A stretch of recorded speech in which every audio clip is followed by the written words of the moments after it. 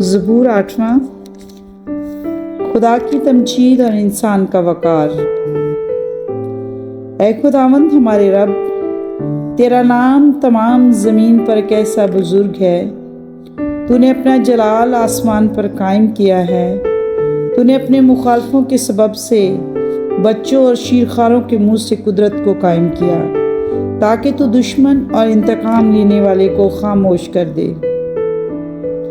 جب میں تیرے آسمان پر جو تیری دستکاری ہے اور چاند اور ستاروں پر جن کو تو نے مقرر کیا وہ غور کرتا ہوں، تو پھر انسان کیا ہے کہ تو اسے یاد رکھے، اور آدم ذات کیا ہے کہ تو اس کی خبر لے، کیونکہ تو نے اسے خدا سے کچھ ہی کمتر بنایا ہے اور جلال اور شوکت سے اسے تاجدار کرتا ہے۔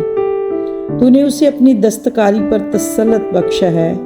تو نے سب کچھ اس کے قدموں کے نیچے کر دیا ہے۔ آمین۔ سب بھیڑ بکریاں، گائے، بیل، سب جنگلی جانور، ہوا کے پرندے اور سمندر کی مچھلیاں اور جو کچھ سمندروں کے راستوں میں چلتا پھرتا ہے۔ اے خداوند ہمارے رب، تیرا نام تمام زمین پر کیسا بزرگ ہے۔